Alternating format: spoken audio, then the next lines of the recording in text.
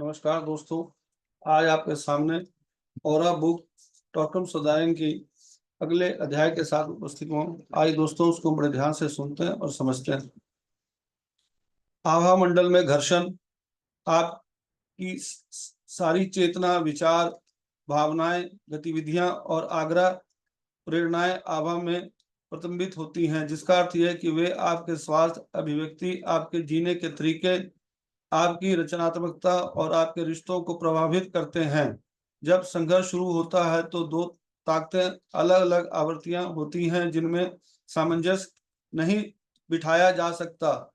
उदाहरण के लिए, आपने सीखा है कि झूठ बोलना अच्छा नहीं है, लेकिन आप झूठ बोलते हैं। अब आपके भीतर दो विपरीत शक्तियां निर्मित हो गई हैं और वे संघर्ष में हैं। संघर्ष आपकी ऊर्जा को खत्म करता है और बीमारी, पागलपन की ओर ले जाता है। आप विवाद को सिद्धांत या झूठ के पक्ष में सुलझा सकते हैं। उदाहरण के लिए, आप यह स्वीकार करने से इनकार कर सकते हैं कि आपने झूठ बोला था। आपके अंदर की आवृत्तियां विचारों द्वारा निर्मित होती हैं, जो दूसरों की हस्तक्षेप करने और सतह पर संघर्ष को समाप्त करने में मदद करती है। लेकिन संघर्ष चलता रहता है, दरारें पैदा करता है, क्योंकि झूठ का समर्थन करके आप स्वयं को हराते हैं या अस्वीकार करते हैं और उसके दुश्मनों को बढ़ाते हैं। लेकिन यदि आप स्वयं की ओर से संघर्ष सुलझाते हैं तो आप आगे बढ़ते हैं। आप स्वयं के लिए कैसा व्यवस्थित हो सकते हैं। उदाहरण के लिए, आप सोच सकते हैं, मुझे जाने दो और कबूल करने दो, और जो नुकसान मैंने किया है उसकी भरपाई करो। आप उस सिद्धांत की उपेक्षा ना करें, बल्कि उसे मजबूत करें। निम्न प्रकृति हो सकता है यह पसंद ना आए, लेकिन यह आपको नुकसान नहीं पहुंचा सकता और झगड़ा सुलझ जाएगा। संघर्ष पैदा करता है, पहला भंवर जो बहुत खतरनाक है, दूसरा आभा और सशक्त किनारों के बीच दरार, तीसरा दरारें और सख्त किनारों के बीच दरार, चौथा दरारें जिनमें ऊंची आग निचली आग को जला देती है।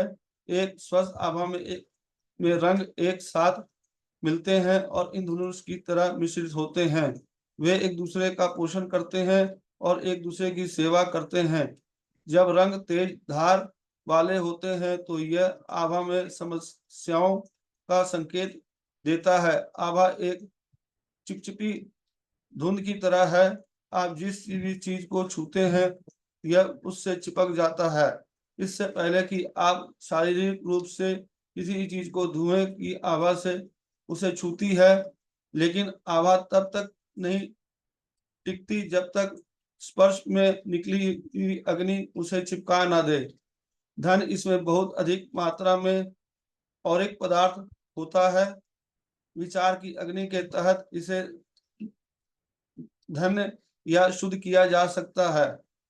यदि आप उस वस्तु को छूते हैं तो किसी भी वस्तु पर चिपके हुए और एक पैच आप तक फैल सकते हैं। जिन पुस्तकों का पहले उपयोग नहीं किया गया है उनमें लेखक की आभा होती है। प्रयुक्त पुस्तकें अपने धाराओं और बहुत सारे आभा युक्त पंख रखती है। यदि संगीत संगीतकार द्वारा बजाया जा, जाता है तो उसमें उसकी ऊर्जा होती है। यदि उसमें ऊर्जा होती है, यदि उसे इसे दूसरों द्वारा बजाया जाता है तो वो मिश्रित होता है। आप दूसरों में जो निर्माण करते हैं वही आप बन जाते हैं। दूसरों पर आपका प्रभाव भविष्य में आपके अस्तित्व की स्थिति को निर्धारित करता है। दूसरे शब्दों में, आप अपना निर्माण दूसरों के हाथों से करते हैं, उसके खाने के अनुसार जो आपने उन्हें दिया है। यह योजना है आप उनके साथ अपने संबंधों में उन पर क्या प्रभाव डालते हैं। आभा ही नहीं बल्कि रंग पदार्थ भी है। अंतर्ज्ञान तल से परे यह ध्वनि है। उच्च स्तरों पर यदि यह शुद्ध है तो सक्रिय ऊर्जा है। यदि यह शुद्ध है तो सक्रिय ऊर्जा है। यदि शुद्ध नहीं है तो अंतरिक्ष में एक प्रदूषणकारी धारा है। महान लोग और सूक्ष्म और मानसिक संस्थाएं आपको देखते हैं और आपको सुनते हैं।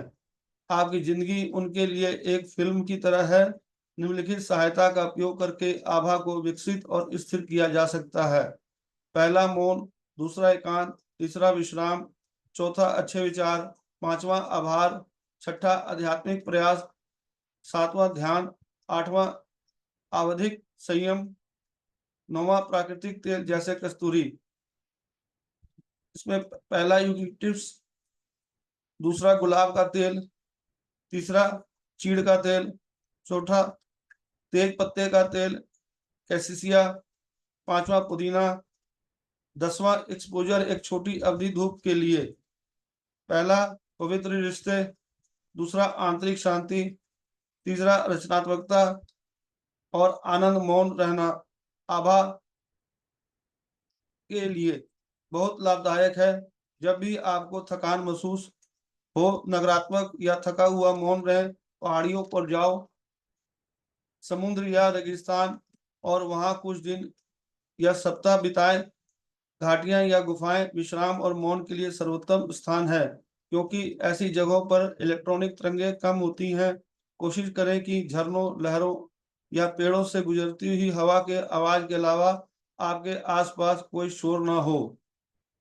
मौन चंगा रहता है और आभा को सशक्त बनाता है। आप अपने कार्यों और आंतरिक बातचीत को आराम देते हुए भावनात्मक और मानसिक रूप से मौन रह सकते हैं। मानसिक, भावनात्मक और मौन का आभा मंडल पर बहुत अच्छा पुनरुत्थानात्मक प्रभाव पड़ता है। बहुत अधिक बातचीत करने से भारी मात्रा में पदार्थ बर्बाद होता है और आभा से। और यदि भाषण उच्च गुणवत्ता का नहीं, यदि यह गपशप, आलोचना और बदनामी से भरा है, तो यह आभा के बहुमूल्य हिस्सों को नष्ट कर देता है। विश्राम बहुत महत्वपूर्ण है आभा को ठीक करने और ऊर्जावान बनाने का कारक। दूसरा, यह भी सीखें कि अपनी भावनात्मक और मानसिक आभा को कैसे शांत करें। आपकी आभा आपकी मांसपेशियों की तरह है।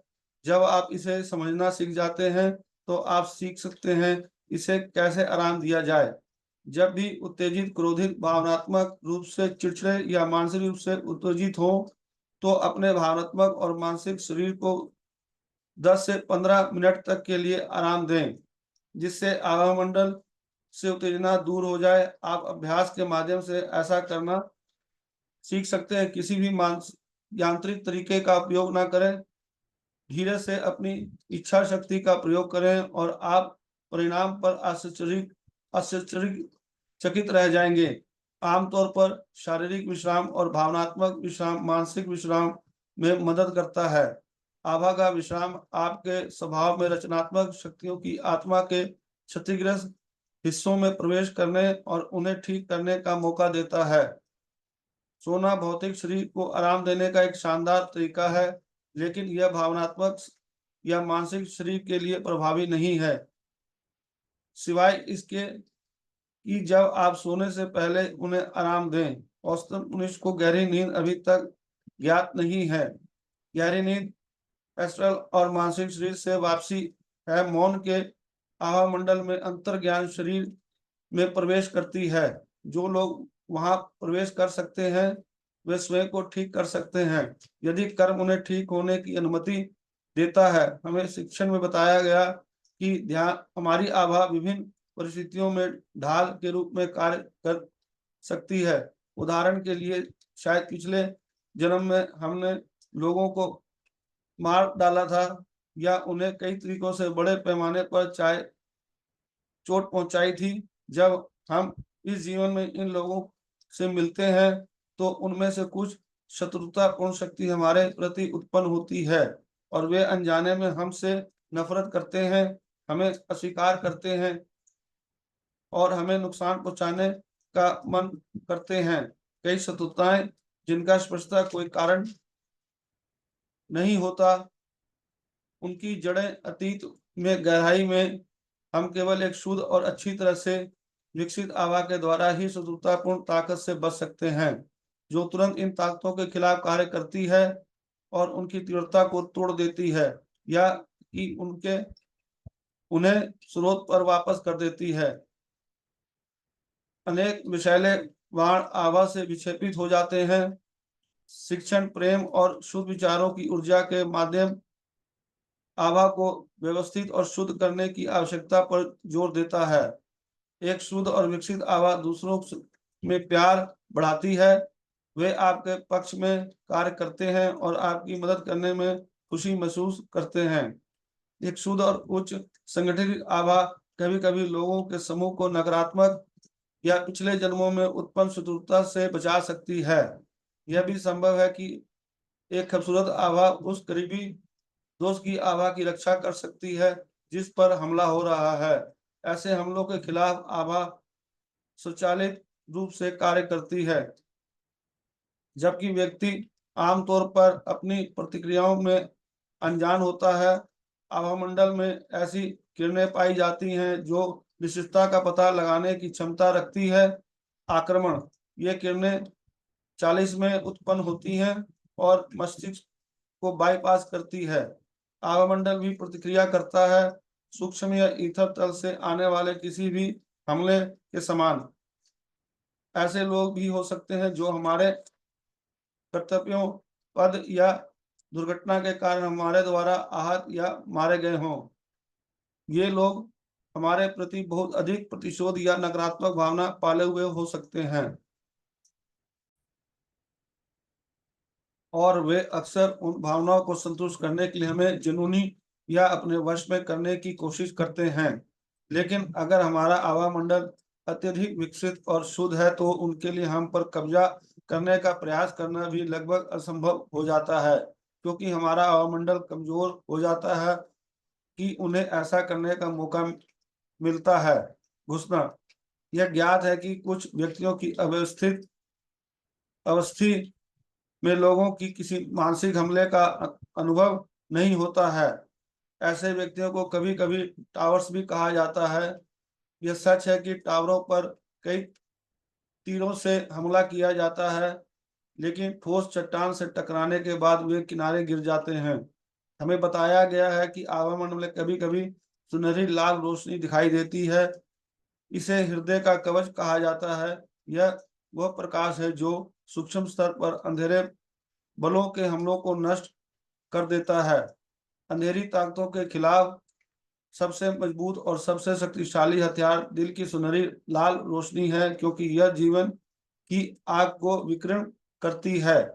हमें बताया गया कि शरीर के अंधेरे बलों में ईथर, सूक्ष्म और निम्न मानसिक पदार्थ शामिल होते हैं और यह पदार्थ हृदय की अग्नि की गर्मी का सामना नहीं कर सकता है। यदि हृदय चमकता है तो अंधेरी शक्तियों के मानसिक हमले 3 फीट से अधिक करीब नहीं आ सकते। अक्सर दिल की रोशनी हमलावर पर बिजली के झटके की तरह पड़ती है और उसे पीछे धकेल देती है। प्रत्येक झटके के बाद व्यक्ति की आभा मजबूत हो जाती है। इस प्रकार विपक्ष कार्रवाई में अधिक संसाधन जुटाता है। आभा मंडल में लक्ष्य सबसे बड़ी भूमिका निभाता है। सुनहरी लाल रोशनी एक विद्युत लौ है जो हमेशा पहरा देती है।